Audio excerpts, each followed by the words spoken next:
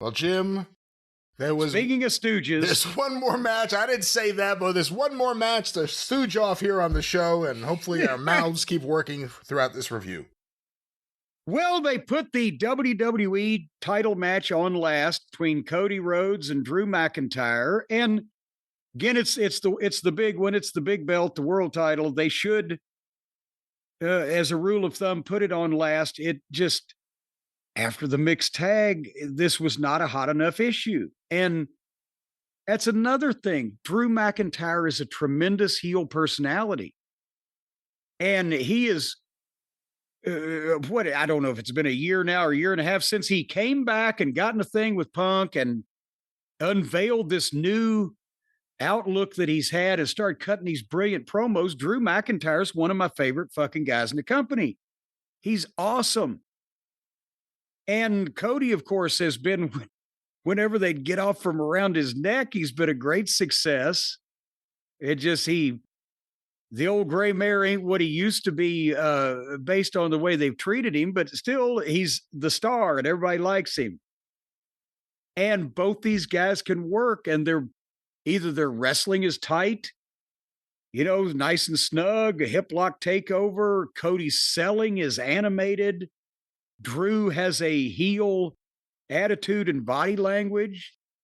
They do a stunt.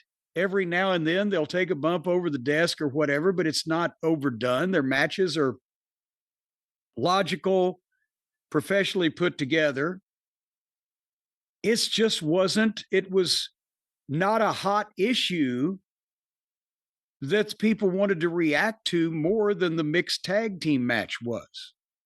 And that's just because this is not an angle or a program that they've been beaten to death on TV here lately. They needed a title match for the Wrestlepalooza. So they had a good match. And again, they did their various shit. There was a spot here, Drew McIntyre ripped the turnbuckle pad off.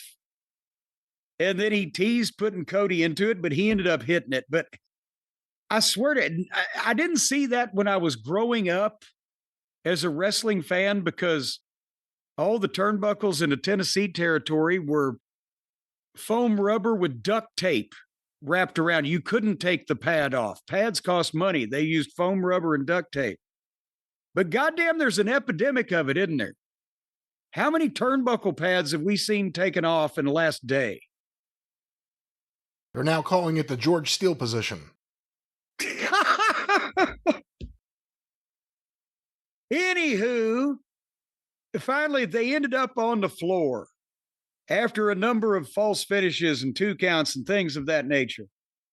And Drew was going to kick Cody through the front of the desk like he did some time back, but the referee got in his way and delayed him, and Drew said, fuck it, I'm going to do it anyway. But by the time he did, he missed Cody, put his foot through the fucking front of the desk and hurt his leg.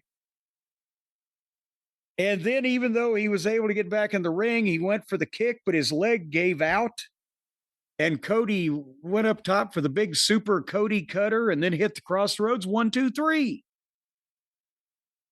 Without stabbing him in the head with a screwdriver or a pair of scissors, or without a ball peen hammer, without setting him on fire, without a super tombstone pile driver off the top rope through a thumbtack covered table onto the concrete floor. He hit him with a couple of wrestling finishes and beat him. So it's kind of dry again after the previous match, which was the one the fans were really into. And that went a while too. Yeah. This felt kind of dry, and I almost thought they may do a title change just because otherwise it kind of felt like the match was going nowhere in a sense. Well, no, but it would have been crazy to switch the belt on this match because it wasn't the time. It wasn't ready, wasn't built, wasn't meant to be. But they did everything fine. But as you said, and as I said, the mixed tag took the oxygen out.